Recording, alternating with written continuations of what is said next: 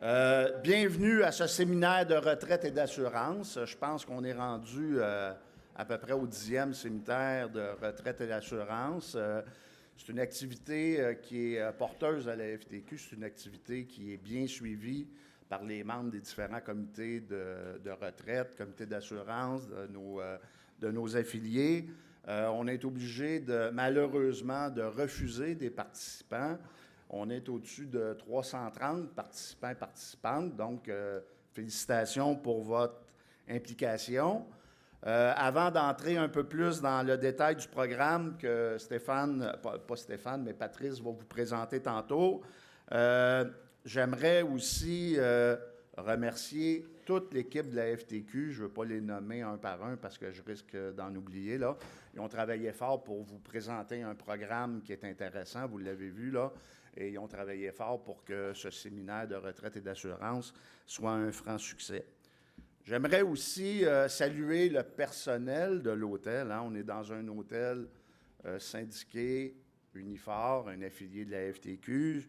Ce matin, je sais que le président du syndicat travaille, là, le confrère Alain Belzile, puis il nous demande de vous transmettre ses salutations. Donc, c'est fort apprécié.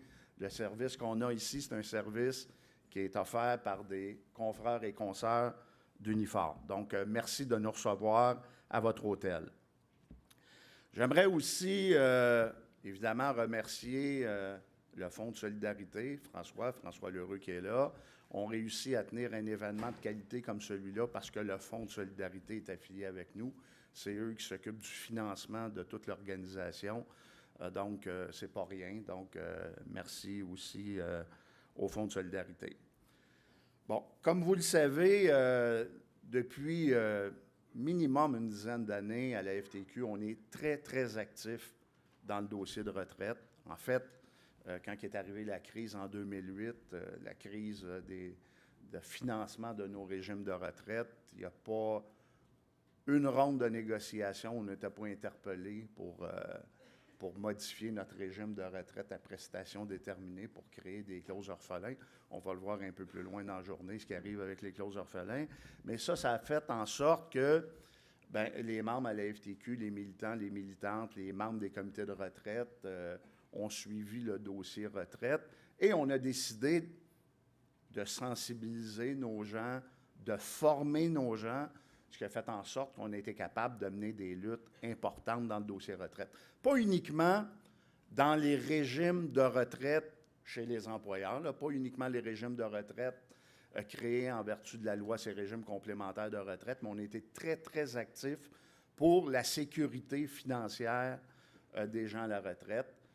Les gens qui sont ici dans la salle, la grande majorité d'entre vous, vous avez des régimes de retraite chez vous, des régimes à prestations déterminées ou des régimes à cotisation déterminée ou un RRFS.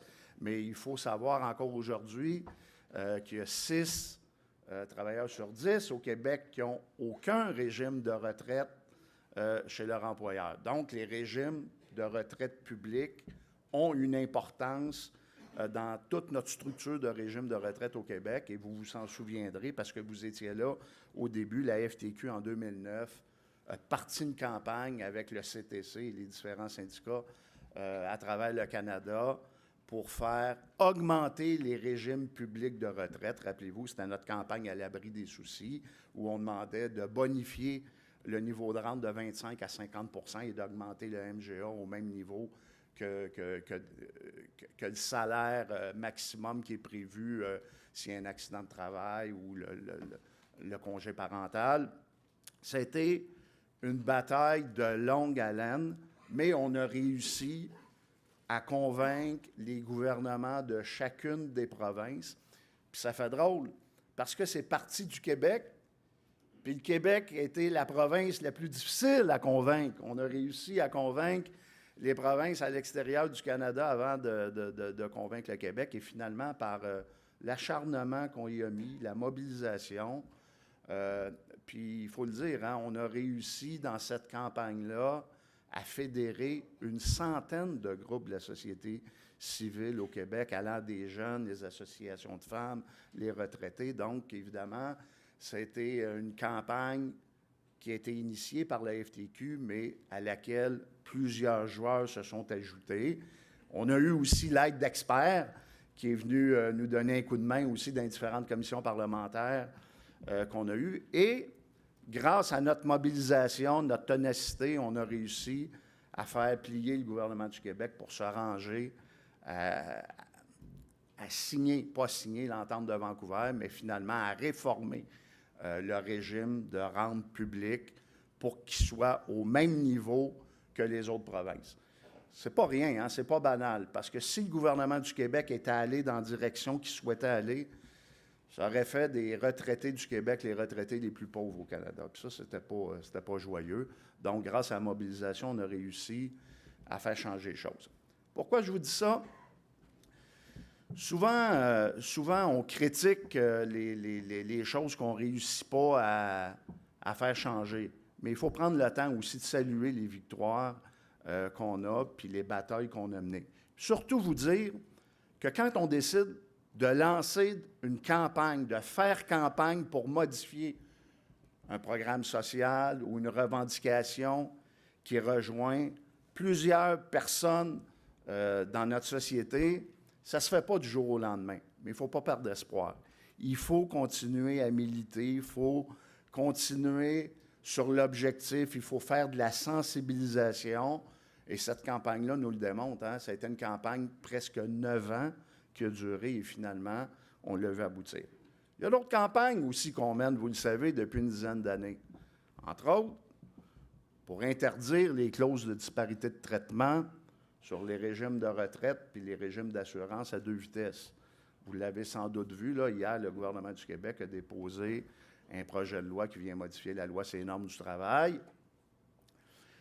Il annonce dans cette loi-là qu'il va être interdit pour les employeurs, à la date d'adoption du projet de loi, si jamais le projet de loi est adopté, hein, parce qu'on est en année électorale et c'est la dernière session parlementaire avant le déclenchement des élections. Si la loi est adoptée et qu'elle n'est pas modifiée, le projet de loi dit que dorénavant, il va être impossible pour les employeurs qui n'ont pas de clause de disparité de traitement d'en créer une. Mais c'est fou un peu, hein? On veut interdire les clauses orphelines, puis on crée une grosse clause orpheline pour ceux qui ont déjà une clause orpheline. Donc, on dit, ceux qui ont un régime à 2 vitesses, ils vont pouvoir le garder. Les employeurs délinquants, là, qui ont forcé les jeunes travailleurs à avoir un régime de retraite ou d'assurance moins avantageux que les travailleurs qui étaient déjà en place à une date X, donc qui ont discriminé les plus jeunes travailleurs, vous allez pouvoir continuer à discriminer les jeunes travailleurs. Ceux qui se sont comportés en bons citoyens corporatifs, que vous n'avez pas discriminé vos jeunes travailleurs, on vous dit, vous n'aurez pas le droit de les discriminer dans le futur. C'est un peu fou, hein? Bon, écoutez, c'est pas encore adopté. On va continuer. On ne baisse pas les bras, évidemment. On va aller en commission parlementaire, mais on va continuer à faire notre travail syndical. Il ne faut pas oublier, là, je vous le dis, on a environ là, entre 150 000 et 200 000 travailleurs et travailleuses au Québec qui sont régis par une clause de disparité de traitement en matière de régime de retraite, régime d'assurance collective. Donc, évidemment, on pensait que ça relevait de la responsabilité du gouvernement de les interdire parce que c'est une discrimination, mais on va devoir continuer à faire le travail aux différentes tables de négociation si on ne réussit pas à faire enlever la clause transitoire là, dans le projet de loi là, qui mentionne que ça s'applique juste pour les nouveaux régimes orphelins. Donc, la bataille n'est pas finie là-dessus. Et moi, je suis confiant, comme on l'a fait dans notre bataille, dans notre campagne à l'abri des soucis, qu'on va être capable de faire disparaître, à un moment donné, l'ensemble des clauses de disparité de traitement. Parce que c'est une question d'équité, c'est une question d'équité intergénérationnelle, hein? Puis il faut bien prendre toute la mesure de cela.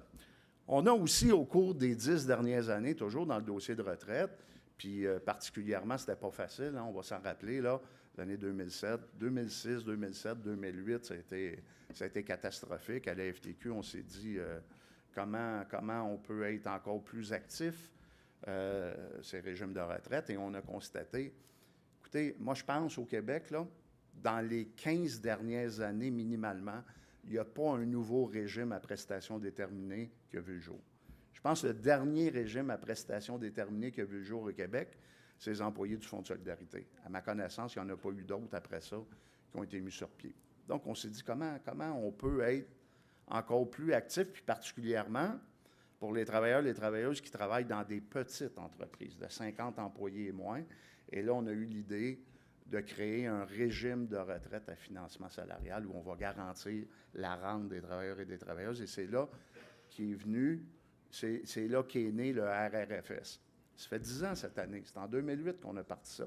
On a parti ça avec des petits groupes. Aujourd'hui, on a plus que 11 000 membres qui cotisent dans le RRFS, FTQ, des petits groupes, des différents syndicats affiliés, des petits puis des moyens, puis là, des plus grands groupes, là, avec la crise qu'on a connue d'un régime à prestations déterminées. Et je vous le dis, là, ce soir, là, il va y avoir un petit cocktail à la fin du séminaire. On va vous passer aussi un cours vidéo pour vous retracer les grandes étapes du RRFS. Donc, on vous demande de rester ici. Ce ne sera pas long, là, mais on va faire un petit cocktail puis on va vous présenter un film. Évidemment, il y a plein d'autres batailles aussi qu'on va devoir mener. On le voit aussi, les régimes d'assurance, c'est de plus en plus cher. Hein? On assiste un peu à une répétition qu'on a vue dans les régimes de retraite. Les régimes d'assurance collective coûtent de plus en plus cher. Et quand on se présente aux différentes tables de négociation, bien, il y a de plus en plus de demandes pour pouvoir baisser les couvertures dans les différents régimes d'assurance parce que c'est excessivement cher. Hein?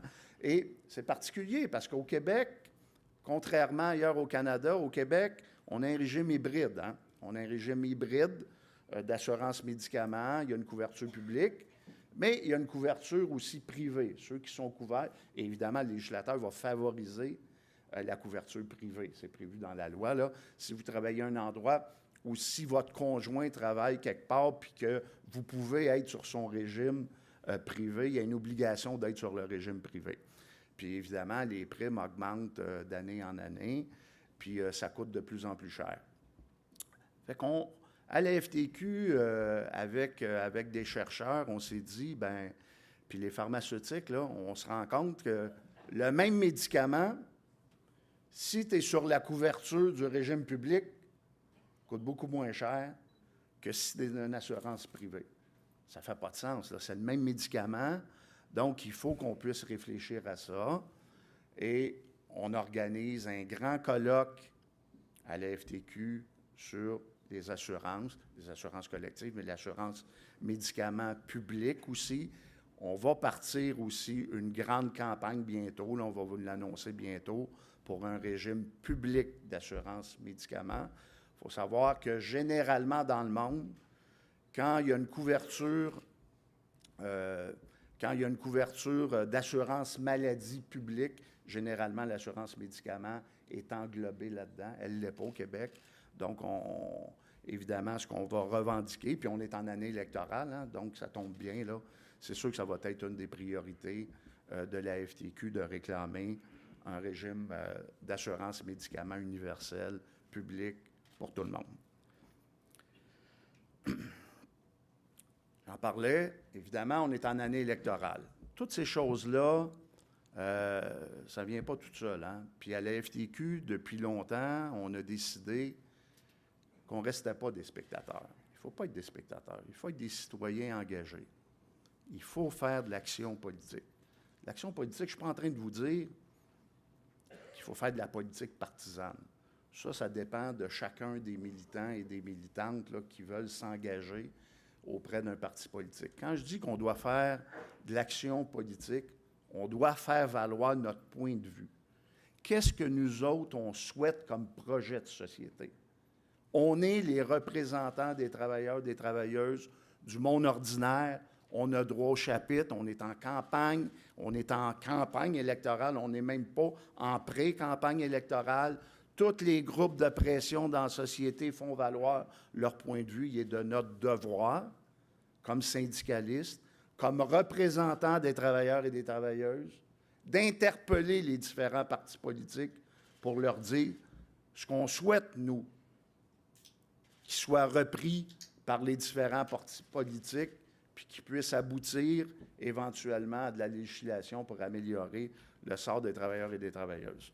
Évidemment, il y a différentes étapes dans l'année, différents moments dans l'année où on peut faire des démonstrations plus visibles que d'autres. Le prochain événement qu'on a, là, puis on doit saisir cet événement-là, c'est le 1er mai. Le 1er mai, c'est la fête des travailleurs et des travailleuses. Généralement, le 1er mai, on fête ça dans les différentes régions, on fait des manifestations dans les différentes régions. Cette année, compte tenu qu'on est en année électorale, puis qu'on veut positionner des enjeux importants pour notre monde lors de la prochaine élection provinciale, hein, qui est au mois d'octobre, on a décidé, avec les autres centrales syndicales, de tenir une manifestation nationale qui va avoir lieu à Montréal. Évidemment, on ne fera pas ça le 1er mai parce que le 1er mai, c'est une journée de semaine.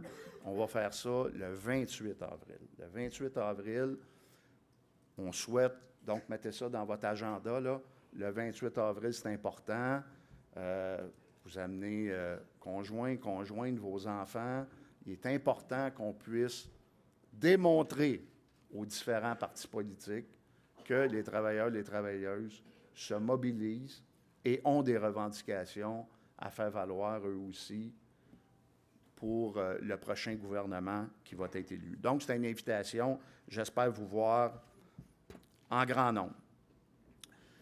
Je remercie aussi, j'ai oublié de le dire tantôt, mais vous l'avez vu là, dans votre programme, on a des conférenciers extraordinaires pendant ces 2 jours-là parce que le séminaire, c'est un endroit où vous venez faire le plein, hein, le plein d'informations, vous venez apprendre des nouvelles choses, vous venez aussi échanger entre vous autres, mais aussi échanger entre les différents panélistes, les différents conférenciers qui vont être ici pendant une journée et demie. Donc, c'est un lieu de réflexion, hein, c'est un lieu où ça nous permet de pousser un peu plus loin notre réflexion pour quand, par la suite, on arrive dans nos différents milieux de travail, on est mieux équipé, on connaît un peu mieux les enjeux et on est capable d'aller encore plus de l'avant. Donc, sans plus tarder, je vais vous souhaiter une bonne journée, un bon séminaire. Puis, gênez-vous pas, il va y avoir des périodes pendant le séminaire où vous allez pouvoir intervenir et on souhaite vous entendre. Bon séminaire.